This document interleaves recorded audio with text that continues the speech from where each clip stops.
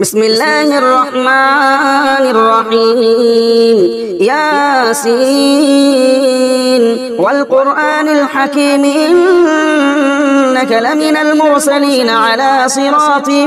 مستقيم تنزيل العزيز الرحيم لتنذر قوما ما أنذر آباؤهم فهم غافلون لقد حق القول على أكثرهم فهم لا يؤمنون إنا جعلنا في أعناقهم أغلالا فهي إلى الأذقان فهم مقمحون وجعلنا من بين أيديهم سدا ومن خلفهم سدا فأغشيناهم فهم لا يبصرون وسواء عليهم أأنذرتهم أم لم تنذرهم لا يؤمنون إنما تنذر من اتبع الذكر وخشي الرحمن بالغيب فبشره بمغفرة وأجر كريم إنا نحن نحيي الموتى ونكتب ما قدموا وآثارهم وكل شيء أحصيناه في إمام مبين واضرب لهم مثلا أصحاب القرية إذ جاءها المرسلون إذا أرسلنا إليهم اثنين فكذبوهما فعززنا بثالث فقالوا إنا إليكم مرسلون قالوا ما أنتم إلا بشر مثلنا وما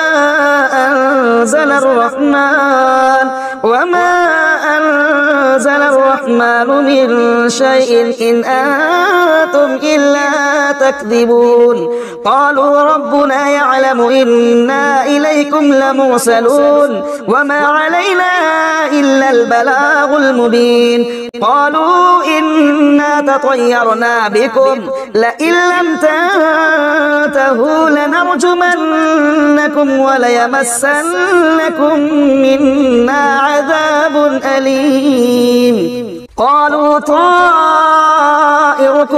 معكم أئن ذكرتم بل أنتم قوم مسرفون وجاء من أقصى المدينة رجل يسعى قال يا قوم اتبعوا المرسلين اتبعوا من لا يسألكم أجرا وهم مهتدون وما لي لا أعبد الذي فطرني وإليه ترجعون أأتخذ من دونه آلهة إن يردني الرحمن بضر لا تغن عني شفاعتهم شيئا ولا ينقذون إني إذا لفي ضلال مبين إني آمنت بربكم فاسمعون قيل ادخل الجنة قال يا ليت قومي يعلمون بما غفر لي ربي وجعلني من المكرمين وما أنزلنا على قومه من بعده من جند من السماء وما كنا منزلين إن كانت إلا صيحة واحدة فإذا هم خامدون يا حسرة على العباد ما يأتيهم من رسول إلا كانوا به يستهزئون ألم يروا كم أهلكنا قبلهم من القرون أنهم إليهم لا يرجعون وإن كل لما جميع لدينا محضرون وآية لهم الأرض الميتة أحييناها وأخرجنا منها حبا فمنه يأكلون وجعلنا فيها جنات من نخيل وأعناب وفجرنا فيها من العيون ليأكلوا من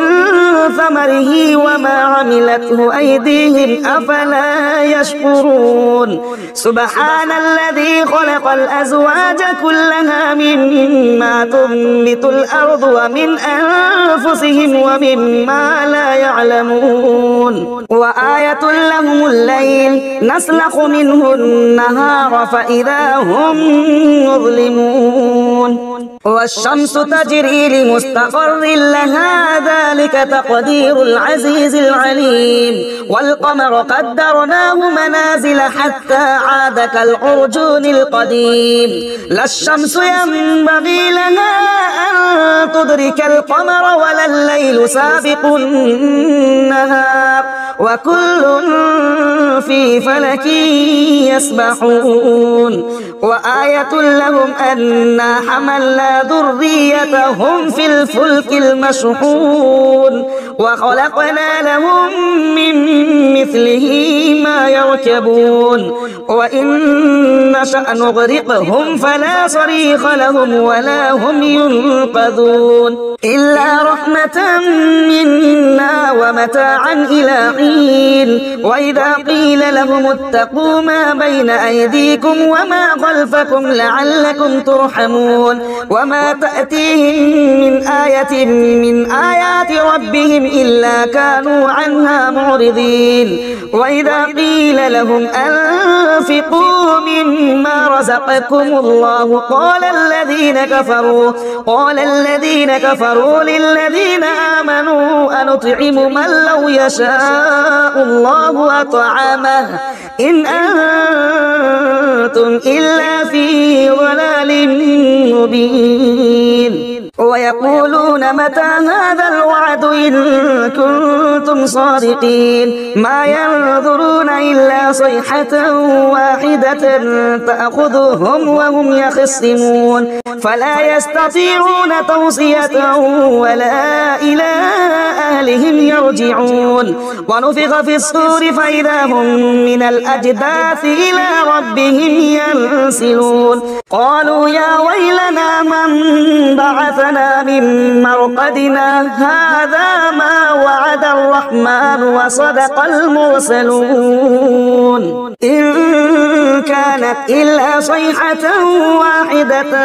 فإذا هم جميع لدينا محضرون فاليوم لا تظلم نفس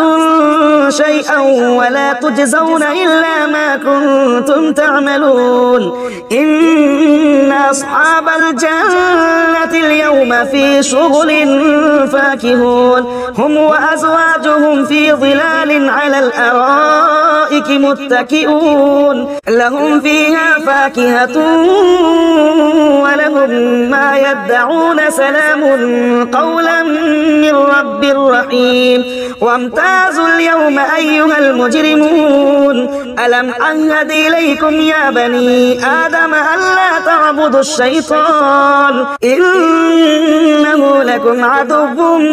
مبين وأن اعبدوني هذا صراط مستقيم ولقد أضل منكم جبلا كثيرا أفلم تكونوا تعقلون هذه جهنم التي كنتم توعدون اصلوها اليوم بما كنتم تكفرون اليوم نختم على أفواههم وتكلمنا أيديهم وتشهد أرجلهم بما كانوا يكسبون ولو نشاء لطمسنا على أعينهم فاستبقوا الصراط فأنى يبصرون ولو نشاء لمسخناهم على مكانتهم فما استطاعوا مضيا ولا يرجعون ومن نعمره ننكسه في الخلق أفلا يعقلون وما علمناه الشعر وما ينبغي له إن هو إلا ذكر وقرآن مبين لينذر من كان حيا ويحق القول على الكافرين أولم يروا أنا خلقنا لهم مما عملت أيديهم بأيدينا أنعاما فهم لها مالكون وذللناها لهم فمنها ركوبهم ومنها يأكلون ولهم فيها منافع ومشارب أفلا يشكرون واتخذوا من دون الله آلهة لعلهم ينصرون لا يستطيعون نصرهم وهم لهم جند محضرون فلا يحزنك قولهم إنا نعلم ما يسرون وما يعلنون أولم ير الإنسان أنا خلقناه من نطفة فإذا هو خصيم مبين وضرب لنا مثلا ونسي خلقه قال من يحيي العظام وهي رميم قل يحييها الذي أنشأها أول مرة وهو بكل خلق عليم الذي جعل لكم من الشجر الأخضر نارا فإذا أنتم منه توقدون أوليس الذي خلق السماوات والأرض بقادر على أن يخلق مثلهم بلى وهو الخلاق العليم إنما أمره إذا أراد شيئا أن يقول له كن فيكون فسبحان الذي بيده ملكوت كل شيء وإليه ترجعون بسم الله الرحمن الرحيم الرحمن علم القرآن خلق الإنسان علمه البيان الشمس والقمر بحسبان والنجم والشجر يسجدان والسماء رفعها ووضع الميزان ألا تطغوا في الميزان وأقيموا الوزن بالقسط ولا تخسروا الميزان والأرض وضعها للأنام فيها فاكهة والنخل ذات الأكمام والحب ذو العصف والريحان فبأي آلاء ربكما تكذبان خلق الإنسان من صلصال كالفخار وخلق الجان من مارج من نار فبأي آلاء ربكما تكذبان رب المشرقين ورب المغربين فبأي آلاء ربكما تكذبان مرج البحرين يلتقيان بينهما برزخ لا يبغيان فبأي آلاء ربكما تكذبان يخرج منهما اللؤلؤ والمرجان فبأي آلاء ربكما تكذبان وله الجوار المنشآت في البحر كالأعلام فبأي آلاء ربكما تكذبان كل من عليها فان ويبقى وجه ربك ذو الجلال والإكرام فبأي آلاء ربكما تكذبان يسأله من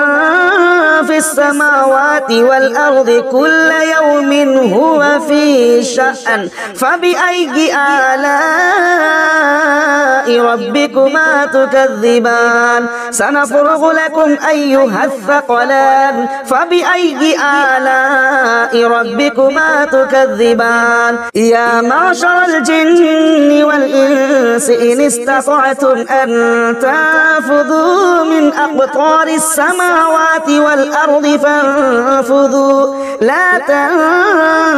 تنفذون إلا بسلطان فبأي آلاء ربكما تكذبان يرسل عليكما شباب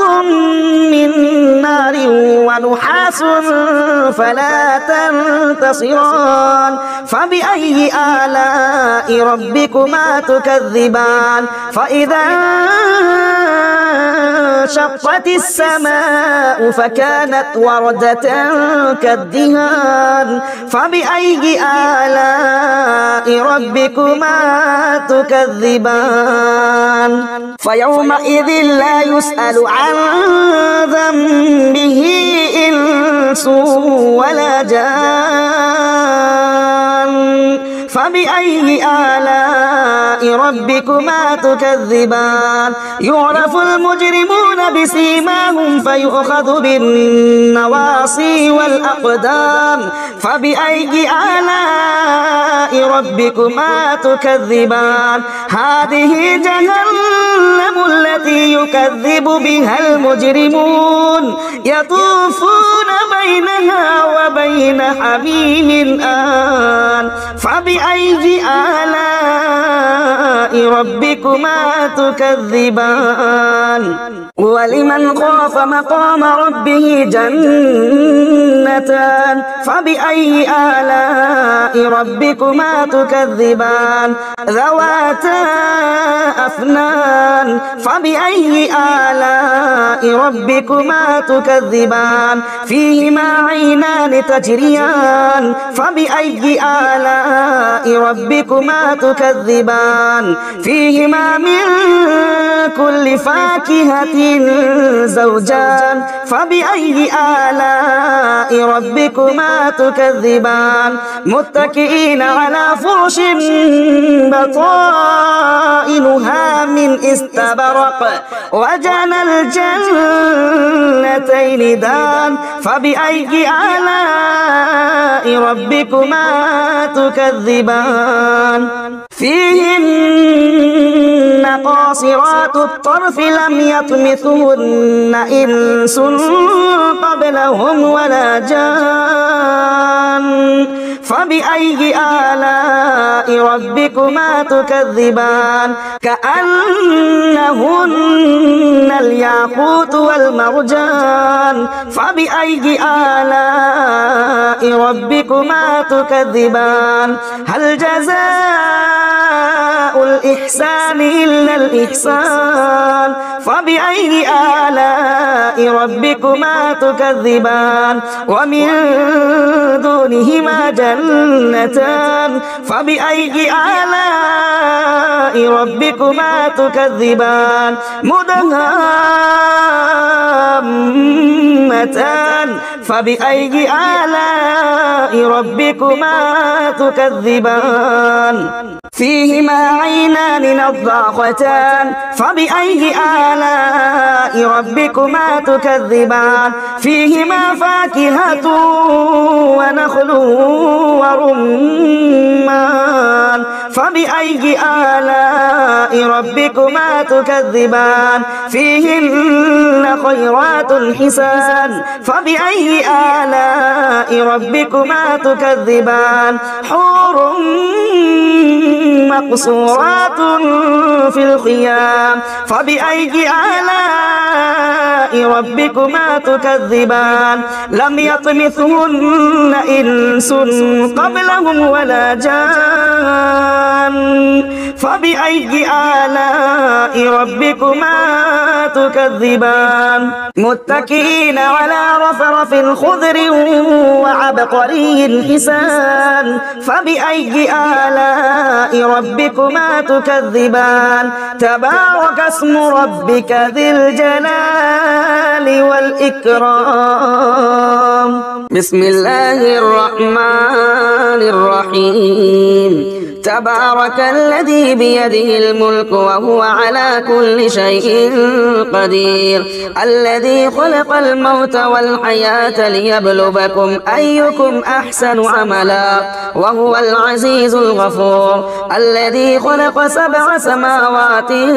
طباقا ما ترى في خلق الرحمن من تفاوت فارجع البصر هل ترى من فطور ثم ارجع البصر البصر كرتين ينقلب إليك البصر خاسئا وهو حسير ولقد زينا السماء الدنيا بمصابيح وجعلناها رجوما للشياطين وأعتدنا لهم عذاب السعير وللذين كفروا بربهم عذاب جهنم وبئس المصير إذا ألقوا فيها سمعوا لها شهيقا وهي تفور تكاد تميز من الغيظ كلما ألقي فيها فوج سألهم خزنتها ألم يأتكم نذير قالوا بلى قد جاءنا نذير فكذبنا وقلنا ما نزل الله من شيء إن أنتم إلا في ضلال كبير وقالوا لو كنا نسمع أو نعقل ما كنا في أصحاب السعير فاعترفوا بذنبهم فسحقا لأصحاب السعير إن الذين يخشون ربهم بالغيب لهم مغفرة وأجر كبير وأسروا قولكم أو اجهروا به إنه عليم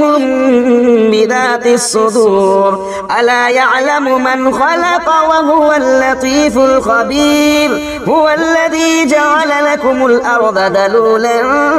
فامشوا في مناكبها وكلوا من رزقه وإليه النشور أأمنتم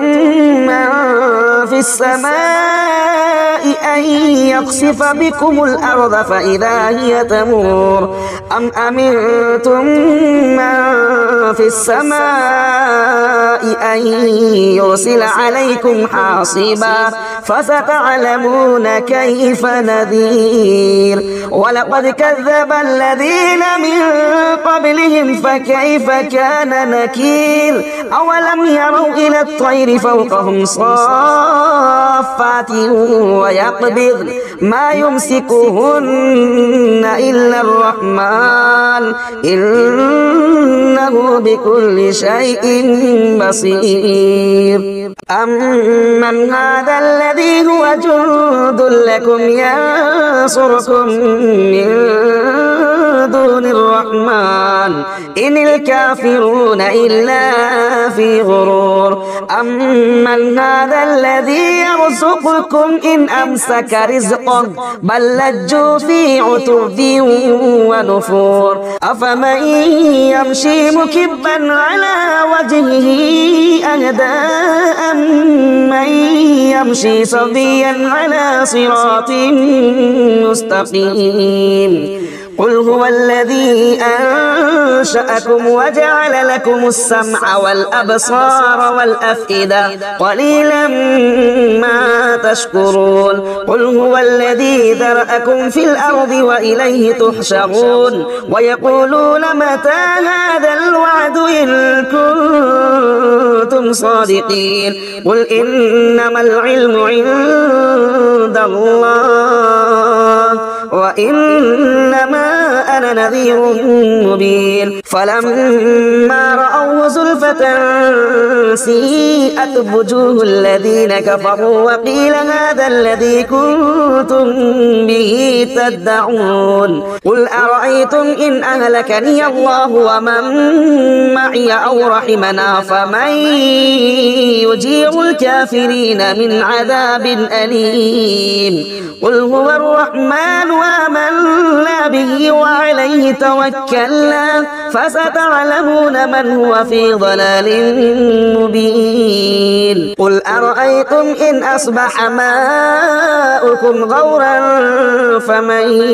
يأتيكم بماء معين بسم الله الرحمن الرحيم يا أيها المزمل قم الليل إلا قليلا نصفه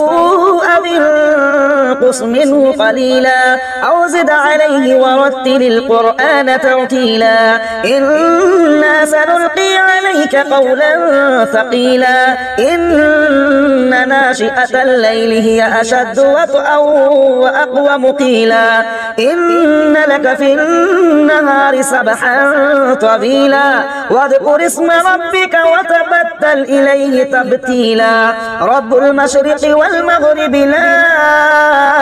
إله إلا هو فاتخذه وكيلا واصبر على ما يقولون وهجرهم هجرا جميلا وذرني والمكذبين أولي النعمة ومهلهم قليلا إن لدينا أنكالا وجحيما وطعاما ذا غصة وعذابا أليما يوم ترجف الأرض والجبال وكانت الجبال كثيبا مهيلا إنا أرسلنا إليكم رسولا شاهدا عليكم كما أرسلنا إلى فرعون رسولا فعصى فرعون الرسول فأخذناه أخذا وبيلا فكيف تتقون إن كفرتم يوما يجعل البلدان شيبا السماء منفطر به كان وعده مفعولا إن هذه تذكرة فمن شاء اتخذ إلى ربه سبيلا إن ربك يعلم أنك تقوم أدنى من ثلثي الليل ونصفه وثلثه وطائفة من الذين معك والله يقدر الليل والنهار علم أن لن تحصوه فتاب عليكم فاقرؤوا ما تيسر من القرآن علم أن سيكون منكم مرضى وآخرون يضربون في الأرض يبتغون من فضل الله وآخرون يقاتلون في سبيل الله فاقرؤوا ما تيسر منه وأقيموا الصلاة وآتوا الزكاة وأقرضوا الله قرضا حسنا وما تقدموا لأنفسكم من خير تجدوه عند الله هو خيرا وأعظم أجرا واستغفروا الله إن الله غفور رحيم بسم الله الرحمن الرحيم إذا وقعت الواقعة ليس لوقعتها كاذبة خافضة رافعة إذا رجت الأرض رجا وبست الجبال بسا فكانت هباء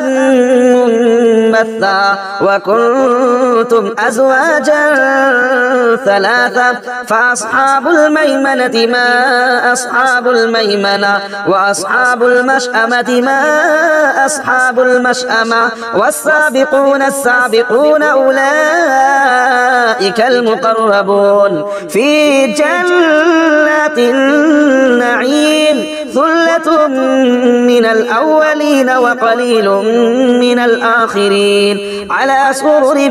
موضونة متكئين عليها متقابلين يطوف عليهم بلدان مخلدون بأكواب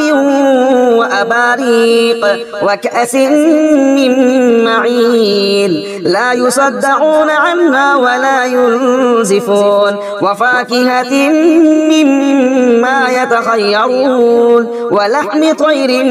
مما يشتهون وحور عين كأمثال اللؤلؤ المكنون جزاء بما كانوا يعملون لا يسمعون فيها لغوا ولا تأثيما إلا قيلا سلاما سلاما وأصحاب اليمين ما أصحاب اليمين مكين في سدر مخضود وطلح منضود وظل ممدود وماء مسكوب وفاكهة كثيرة لا مقطوعة ولا ممنوعة وفرش مرفوعة إنا أنشأناهن إنشاء فجعلناهن أبكارا عربا أترابا لأصحاب اليمين ثلة من الأولين وثلة من الآخرين وأصحاب الشمال ما أصحاب الشمال في سموم وحميم وظل من يحموم لا بارد ولا كريم إنهم كانوا قبل ذلك مترفين وكانوا يصرون على الحنث العظيم وكانوا يقولون أئذا متنا وكنا ترابا وعظاما أئنا لمبعوثون أو آباؤنا الأولون قل إن الأولين والآخرين لمجموعون إلى ميقات يوم معلوم ثم إنكم أيها الضالون المكذبون لآكلون من شجر من زقوم فمالئون منها البطون فشاربون عليه من الحميم فشاربون شرب الهيم هذا نزلهم يوم الدين نحن خلقناكم فلولا تصدقون أفرأيتم ما تمنون أأنتم تخلقونه أم نحن الخالقون نحن قدرنا بينكم الموت وما نحن بمسبوقين على أن نبدل أمثالكم وننشئكم فيما لا تعلمون ولقد علمتم النشأة الأولى فلولا تذكرون أفرأيتم ما تحرثون أأنتم تزرعونه أم نحن الزارعون لو نشاء لجعلناه حطاما فظلتم تفكهون إنا لمغرمون بل نحن محرومون أفرأيتم الماء الذي تشربون أأنتم أنزلتموه من المزن أم نحن المنزلون لو نشاء جعلناه أجاجا فلولا تشكرون أفرأيتم النار التي تورون أأنتم أنشأتم شجرتها أم نحن المنشئون نحن جعلناها تذكرة ومتاعا للمقبين فسبح باسم ربك العظيم فلا أقسم بمواقع النجوم وإنه لقسم لو تعلمون عظيم إنه لقرآن كريم في كتاب مكنون لا يمسه إلا المطهرون تنزيل من رب العالمين أفبهذا الحديث أنتم مدهنون وتجعلون رزقكم أنكم تكذبون فلولا إذا بلغت الحلقوم وأنتم حينئذ تنظرون ونحن أقرب إليه منكم ولكن لا تبصرون فلولا إن كنتم غير مدينين ترجعونها إن كنتم صادقين فأما إن كان من المقربين فروح وريحان وجنة نعيم وأما إن كان من أصحاب اليمين فسلام لك من أصحاب اليمين وأما إن كان من المكذبين الضالين فنزل من حميم وتصلية جحيم إن هذا لهو حق اليقين فسبح باسم ربك العظيم.